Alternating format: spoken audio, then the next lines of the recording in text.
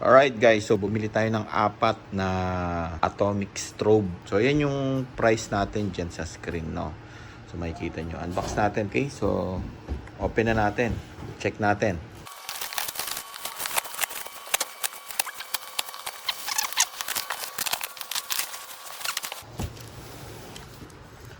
Ito. 4 pieces. So isang karton. Open natin.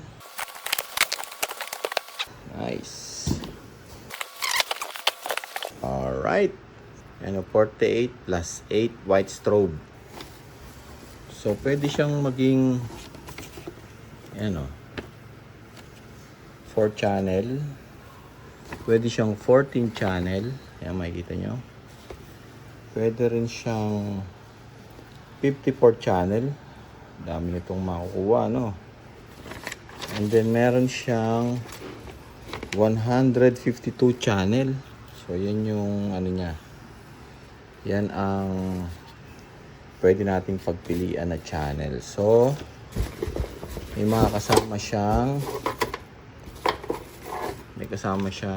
XLR. Yan. For sure 1 meter to. May kasama siyang power supply. Okay. So, para ma-scale nyo, so, parang ito, acrylic, no? So, testingin natin to, no? Ganda niya, oh. Mabigat din siya, mabigat.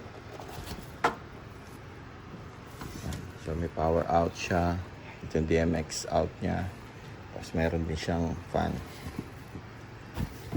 Okay. So, punta na tayo sa testing. So alright guys, so ito yung likod ng ating strobe, no, yung 48 by 8. So meron dito menu, and menu, up, down, and enter. So yung ano niyan, so meron dito yan, yung stat. Yung stat na to is sa mga ano yan, sa red.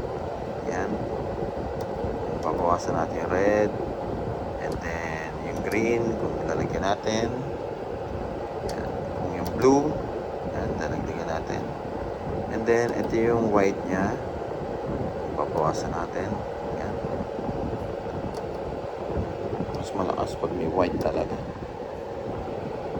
Okay, and then ito yung C, yan yung parang mga ano mga letter tsaka yung mga number. So start tayo ng 1, yan yung letter A. Yan. Yung 2, yung B, 3C, 4, D, to 5E, check natin. Letter E yan. Ayan, o, letter E. O, di ba? So, yan yung letter niya. So, check natin ulit. Aha. Ay. So, yung stat niya. So, ito yung letter. Ito yung T na to. Ito yung strobe niya. So, once na down natin, yan yung strobe niya. Yung pinakamabilis niya. Yung 1. Yan, check natin.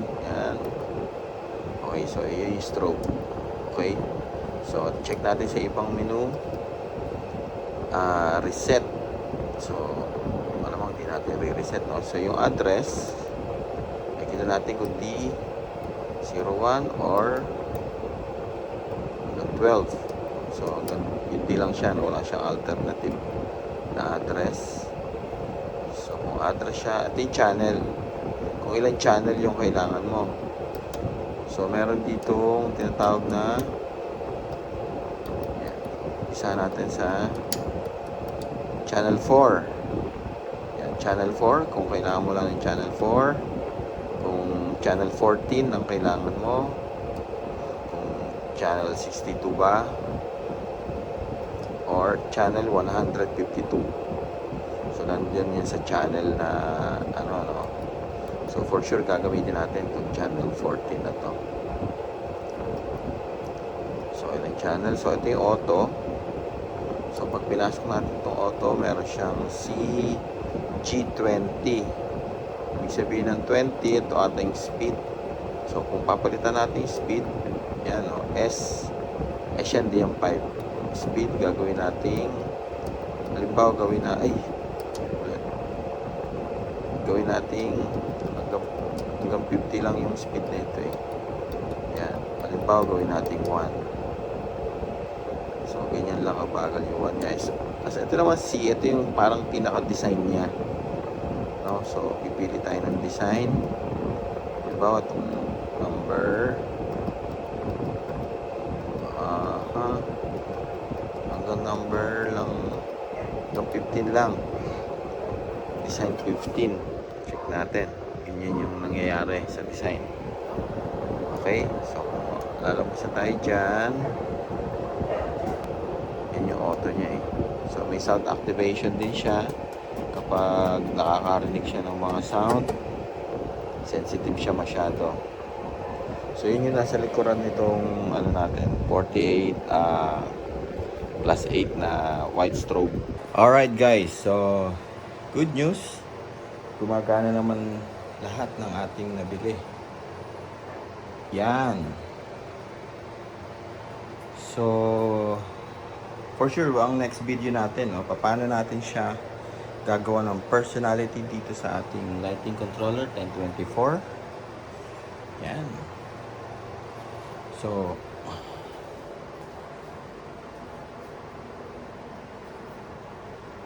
baligtad. So baligtad pagkakalagay natin, no, dapat pala nakagano, no, pero anyway,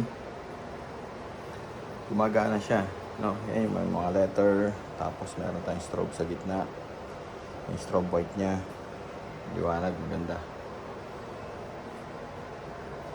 So gagawa na lang natin ng another video para dito sa ating lighting controller. Gagawa natin ng personality, itong 48 plus 8 na white strobe, atomic strobe, no?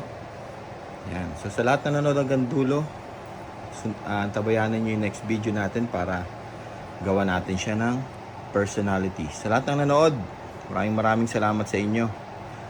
At sa mga hindi pa nag-subscribe dyan, subscribe nyo para sa next video natin. Makita nyo kung paano natin nilagay ang personality nila dito sa ating lighting controller. Wala na kayo ibang sasabihin pang iba. Thank you and God bless. Alright.